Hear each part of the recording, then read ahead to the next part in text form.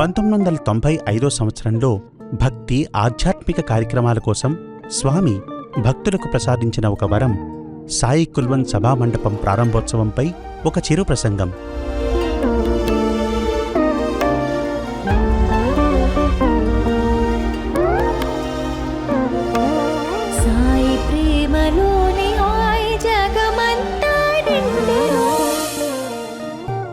ఓం శ్రీ సాయిరామ్. అది 1943వ సంవత్సరం. భగవాన్ శ్రీ సత్యసాయి బాబా వారు అనంతపురానికి చెందిన పూజారి లక్ష్మయ్య గారితో పుట్టపర్తి గురించి మాట్లాడుతూ ఈ విధంగా చెప్పారు. ఈ ఊరు చాలా పుణ్యభూమి. సాయి ప్రవేశముతో ఇది ప్రశాంత ప్రదేశముగా మారుతుంది. ఈ కొండ మీద పెద్ద భవనం నిర్మింపచేస్తాను. అక్కడికి వందలు, వేలు, లక్షలు ఆల్ ఇండియా వస్తుంది. అంతేకాదు, ప్రపంచమంతటి నుండి భక్తులు వచ్చి సాయి దర్శనం కోసం దాసానుదాసులుగా కూర్చుంటారు. ఆ దివ్య వాక్కును నిజం చేస్తూ వేల దీపకాంతులతో, అద్భుత అలంకరణలతో దేదీప్యమానంగా వెలిగిపోతున్న సభామంటపం. చలువరాతి నేలపై సుఖాసీనులైన వేల కొద్దీ భక్తజనం. అందరి ఆర్తితో నిండిన చూపు స్వామి కోసమే. ఇంతలో నేపథ్యంలో మధురాతి మధురమైన వాయిద్య సంగీతం. కాషాయ రంగు అంగీ ధరించి చిరు దరహాసం చిందిస్తూ దివ్య కాంతులతో వెలిగిపోతూ స్వామి నడిచి వస్తూ ఉంటే అందరికీ వైకుంఠంలో సాక్షాత్తు ఆ శ్రీమన్నారాయణుని సమక్షంలో ఉన్నామనే భావన. ఆ భూలోక వైకుంఠమే సాయి కుల్వంత్ సభామండపం. ఢిల్లీకి చెందిన స్వామి భక్తులు శ్రీ కుల్వంత్ రాయ్ దీనిని నిర్మించి స్వామికి అర్పించగా 1995వ సంవత్సరం జూలై 9న స్వామి సాయి కుల్వంత్ హాల్ అని నామకరణం చేసి ప్రారంభోత్సవం చేశారు.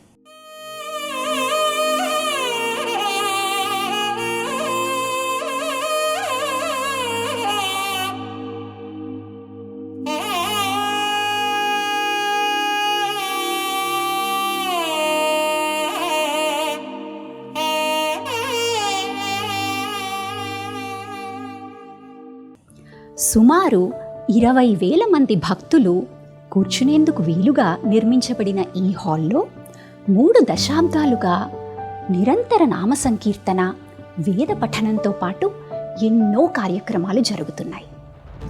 ఒకసారి స్వామి విద్యార్థులతో ముచ్చటిస్తూ సాయి కుల్వంత్ హాల్ ప్రత్యేకత ఏమిటి అని అడిగారు. అప్పుడు విద్యార్థులు, భగవంతుడు ప్రత్యక్షంగా ఇక్కడ సంచరించడమే దీని ప్రత్యేకత స్వామి అన్నారు. అప్పుడు స్వామి, కాదు బంగారు, ఇక్కడి నిర్మాణంలోని ప్రతి ఇటుక సాయిరాం సాయిరాం అంటుంది. ఎందుకో తెలుసా? ఇక్కడ నిరంతరం నామ సంకీర్తన జరుగుతుంది కాబట్టి అని చెప్పారు.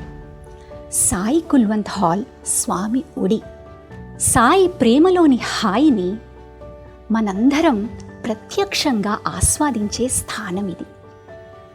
సాయి కుల్వంత్ హాల్లోకి అడుగు పెట్టగానే మొట్టమొదట మన దృష్టిని ఆకర్షించేది ఆకుపచ్చ, బంగారు వర్ణాలతో మెరిసిపోయే మంటపం పైకప్పు. దీని వెనుక ఒక అద్భుతమైన కథ ఉంది. 2002వ సంవత్సరంలో స్వామి సాయి కుల్వంత్ హాల్ పైకప్పుపై అమర్చే పలకల మీద బంగారు అద్దకం చేయించే పనిని ఒక భక్తునికి అప్పగించారు. చతురస్రాకారంలో ఉన్న పలకల మీద అందమైన నగిషి ఉంటుంది. ఆ నగిషీల మీద బంగారు అద్దకం చేయించి మిగతా పలకంతా వేరే రంగు వేయించాలి. ఒక 8 రంగులు నమూనా కోసం వేయించి కొన్ని రంగులు కలుపుగా వచ్చిన ముదురు ఆకుపచ్చ రంగును 9వ నమూనాగా స్వామి కోసం సిద్ధంగా పెట్టారు. ఆ సమయంలో బెంగళూరులోని బృందావన ఆశ్రమంలో ఉంటున్న స్వామి ప్రశాంతి నిలయానికి వచ్చి అన్నీ పరిశీలించి ఆ ముదురు ఆకుపచ్చ రంగునే ఖాయం చేసి తిరిగి వెళ్ళిపోయారు. అందరికీ చాలా ఆశ్చర్యం కలిగింది. ఎప్పుడూ లేత రంగులు ఇష్టపడే స్వామి ఇంత ముదురు రంగు ఎంచారేమిటా అని. ఏమైతేనే పని మొదలై చకచకా సాగిపోతోంది.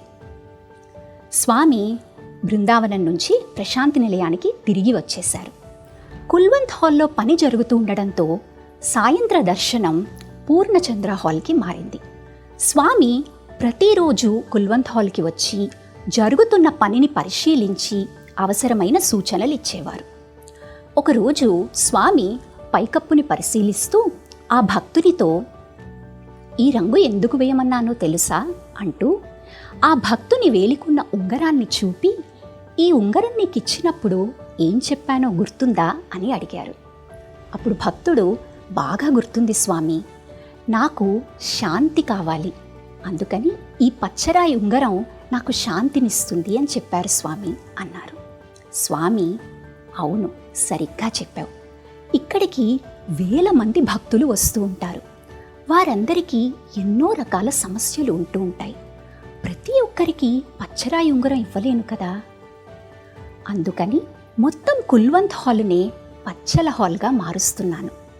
నీ ఉంగరంలో ఉన్న బంగారం, పచ్చ రెండూ ఈ పైకప్పు మీద ఉన్నాయి. ఎవరైతే ఈ హాల్లో కూర్చుంటారో వారికి తెలియకుండానే వారందరి మీద దివ్య శాంతి కిరణాలు వర్షిస్తాయి.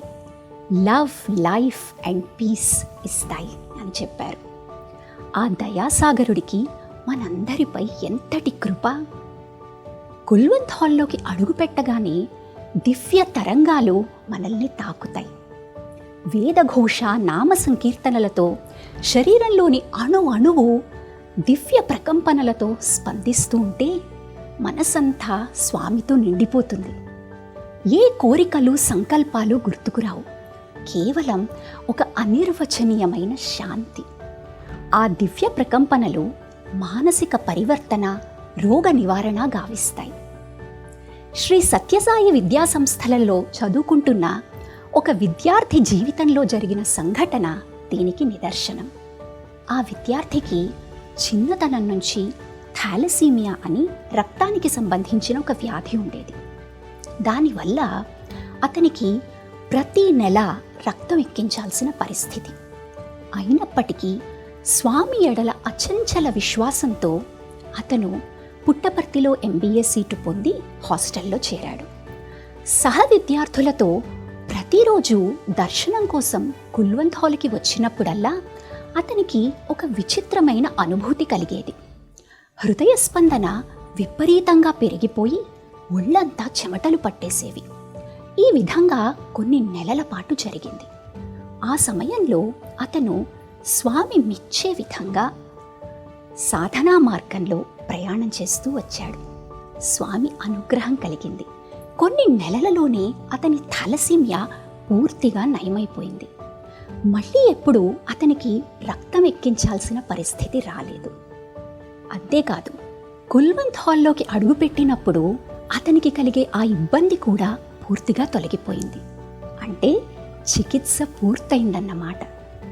ఈ విధంగా సాయి కుల్వంత్ హాల్ సాయి ప్రేమలోని హాయిని అందరికీ పంచుతూ, స్వామి అనుగ్రహ వృష్టిని అందరిపై కురిపిస్తూ, భగవాన్ శ్రీ సత్యసాయి బాబా వారి దివ్య అవతారోద్యమంలో ప్రధాన భూమికను పోషిస్తోంది.